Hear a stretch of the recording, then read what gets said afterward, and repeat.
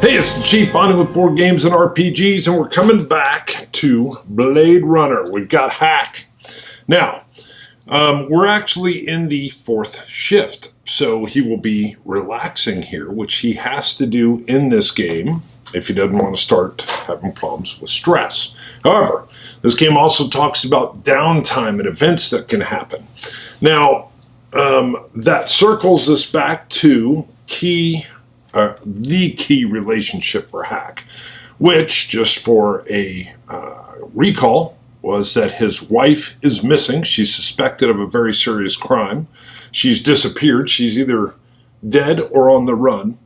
And Hack still considers himself married. And it dovetailed in with his signature item, which I'd rolled for in the book, which was a tombstone. I pictured a smaller tombstone, but it's hers. And he brings it with him. And it's sitting on this gorgeous table under these kind of cool little lights that you're seeing now. And let's remember, he's staying in the floor below the penthouse suite that the CEO, Luno Yoshida, yes, Yoshida, couldn't remember Yoshida, Luno, is in. And there's a staircase that kind of connects the two together, but Hack doesn't go upstairs. It is possible Luno could come down, but he's left the party, remember, the black tie event where he ended up talking with Dot, the poet, who was kind of a shocking turn, even for me, and because she's connected with Tyson, the Nexus 8, that Hack is investigating. But for this point in time, in the downtime, I picture Hack sitting at the table.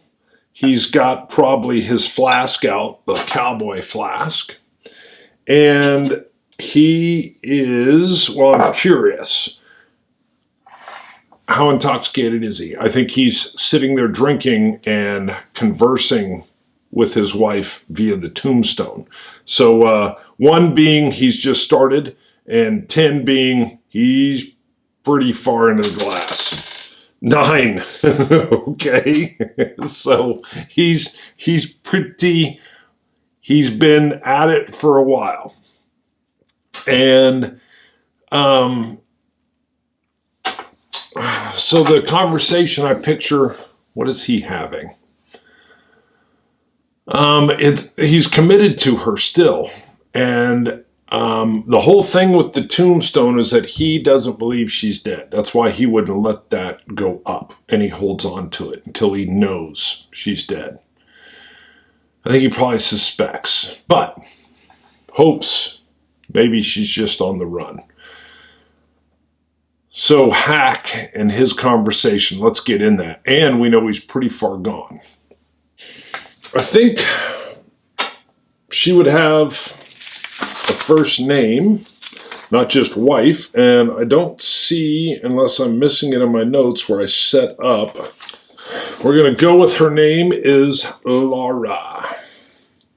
So I can't just picture Hack sitting at the table staring at his wife's tombstone. I think he's having a conversation with it while he's repeatedly watching enhance the video of Tyson being exposed. His whole confrontation where the child was being hurt, and him, Tyson, exposing himself.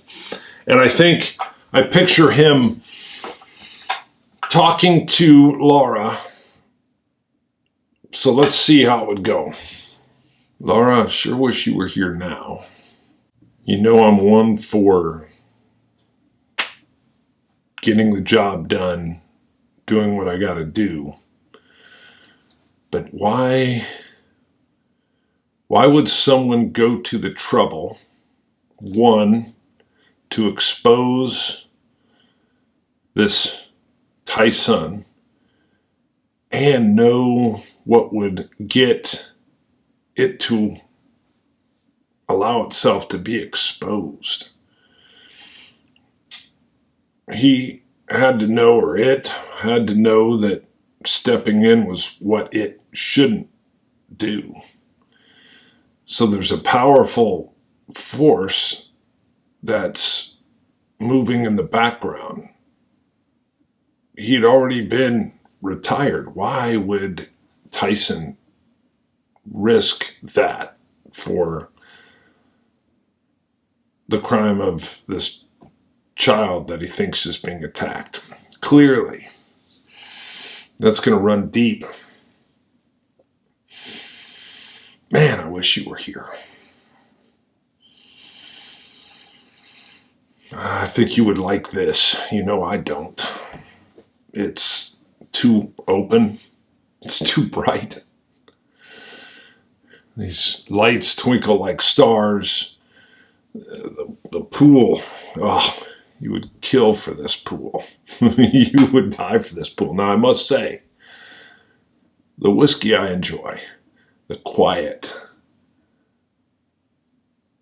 freaks me out a little bit. I prefer to hear the noise, to hear the street. We're too far up. I'm disconnected physically and vertically from what I'm used to. But boy, would you love this. And hopefully, with some of the assets that I have available to me here, maybe I can find out a little bit more about you and where you are.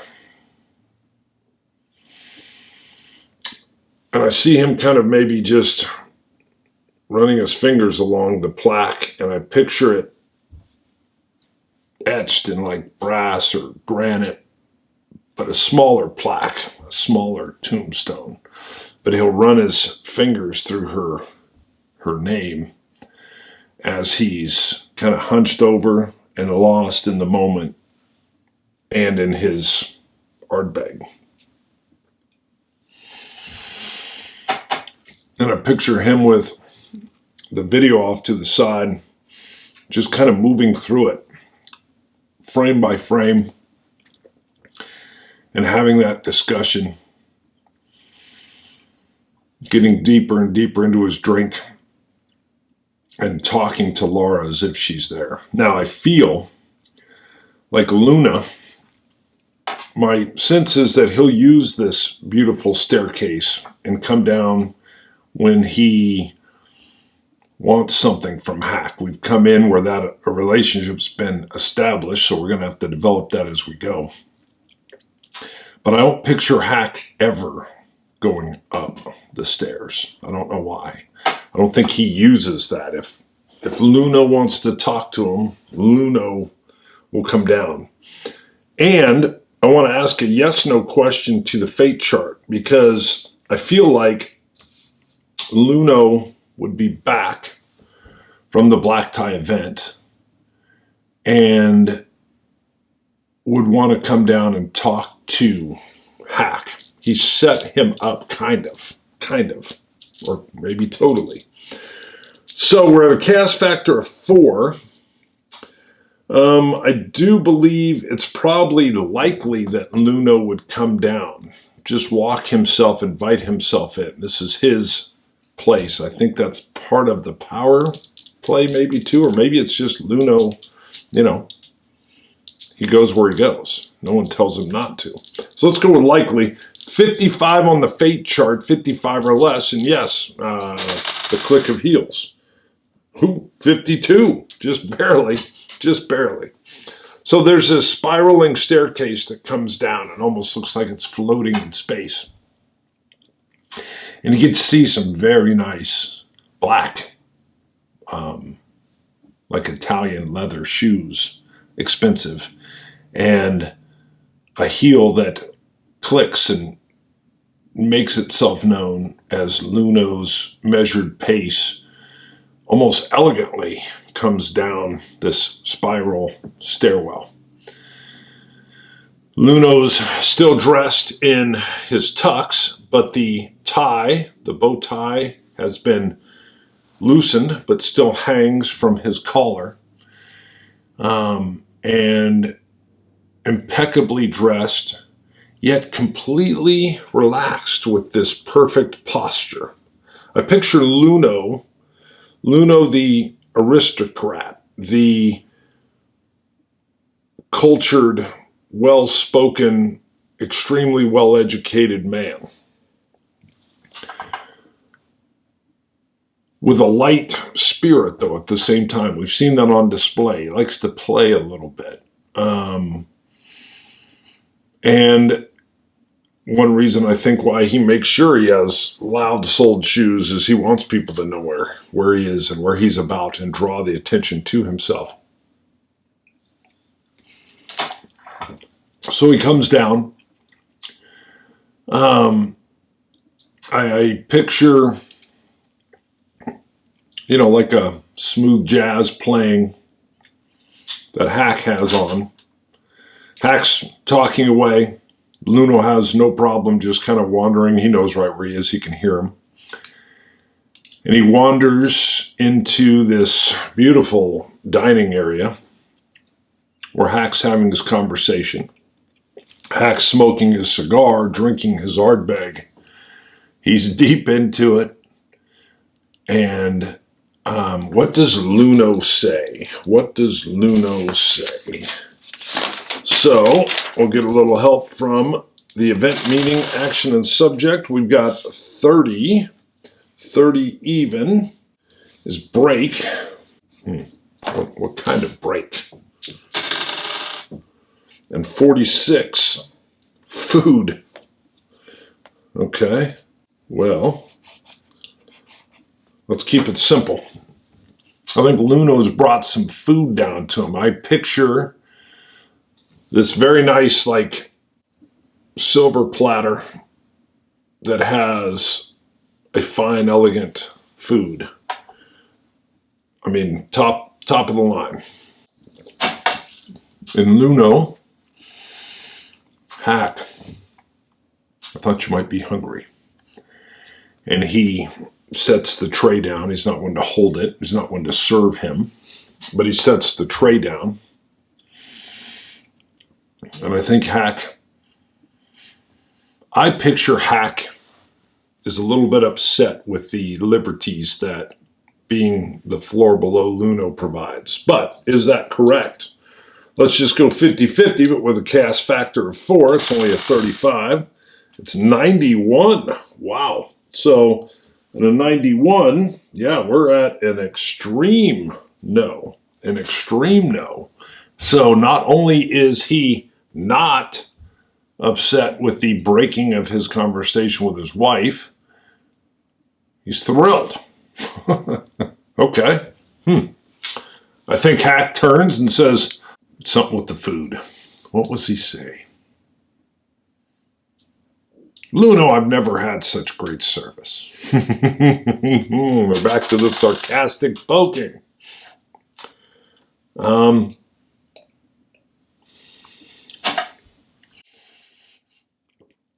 I don't think Hack's done there either.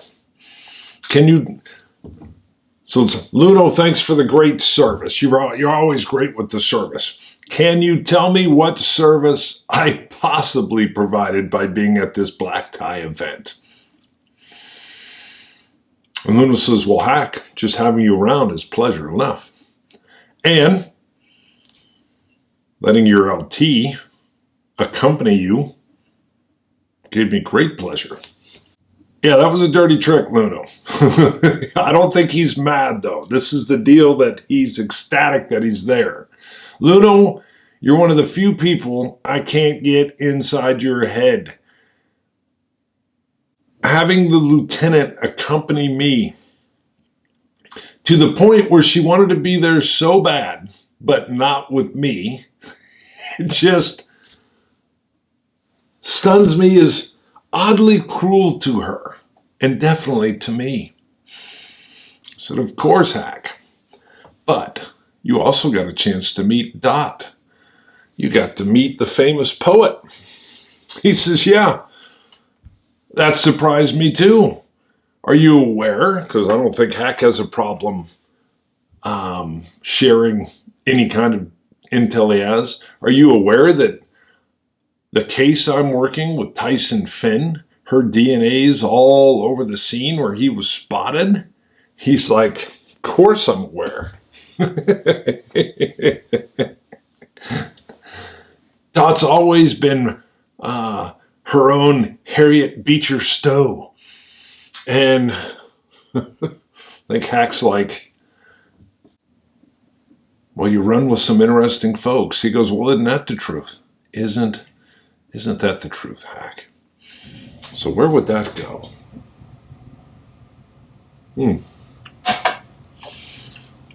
I got an idea. Hack's a little drunk. And Hack says, well, Luno, you've invited me into your world.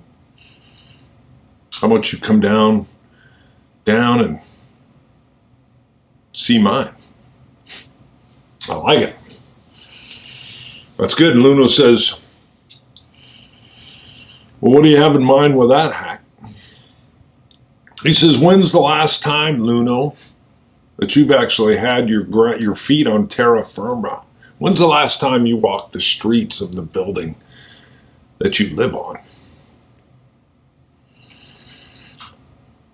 And I think Luno looks into his memory and he says, oh, I don't even recall, nor would I wish to. He says, well, I've joined you in your world. I think you might learn something from joining me in mine. You don't seem like one that would stray from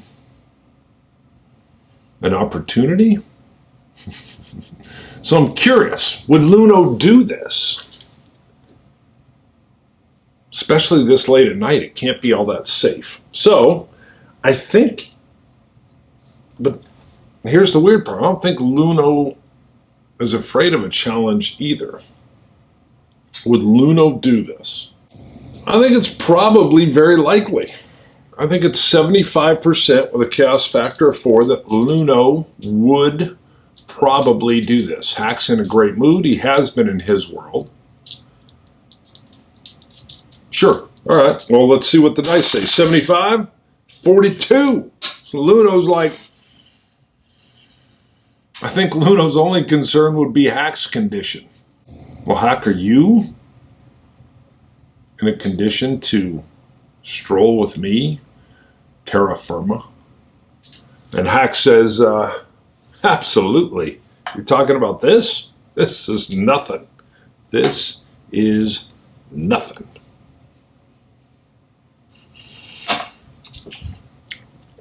Now, Hack's not stupid. So, I think Hack says, boy, would he take him down there in a tux? God, I think he would.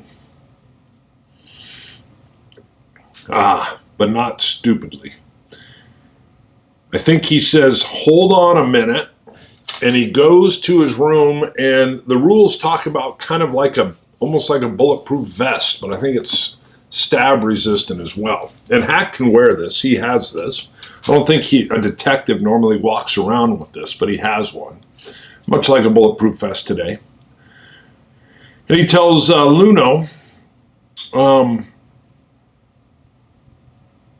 put this under your shirt, just as a little bit of insurance. I don't want to lose these digs just yet.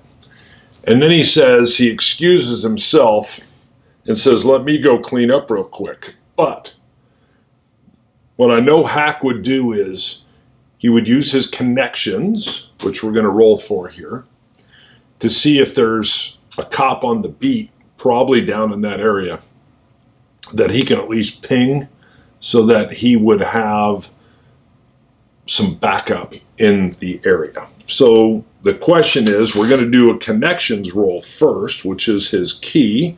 His connections are good. They're a B, and it's under empathy, which is a C, not so good. So he's got a 10 and an 8. So let's see. I don't think he would get a direct no, but let's find out here. A 10 and an 8. There's my 10. All right, so he doesn't tell Luno. He's got Luno putting on a little bit of the body armor. I think he types in a request or sends something to somebody he knows, but let's see how good his connections are. I've seen this done before. I knew a guy that had a wife that would work in kind of some rougher areas. She was a nurse, and she would go in and help, you know, like diabetic patients that were homebound. And sometimes they're in rougher areas. And every once in a while, yours truly might get a call. Hey, are you anywhere near the blah, blah, blah? Yeah, not too far. You mind rolling over there for 10 minutes and sitting? No problem. No problem at all. Ah, an 8 and a 1. It's a good thing we couldn't have pushed it. So we do have an 8. So just one success. So yeah, he puts the word out, and he will have some backup handy. Now, this is pretty damn reckless. Luno looks like an aristocrat. He's still wearing his tux. I'm assuming that like the jacket came off, the shirt, the white pressed shirt, and underneath goes the vest, and then the shirt and the jacket come up. I think Luno tosses the tie. It's not hanging around anymore. But as Hack comes out, Hack has his Hawaiian shirt underneath, not this, but a Hawaiian shirt. He's wearing his long trench coat. He's got his cigar. Don't forget, he's got a sap, which if anybody starts to jack with us, he's got that. And he's always got his blaster as well. Forget what it's called. But so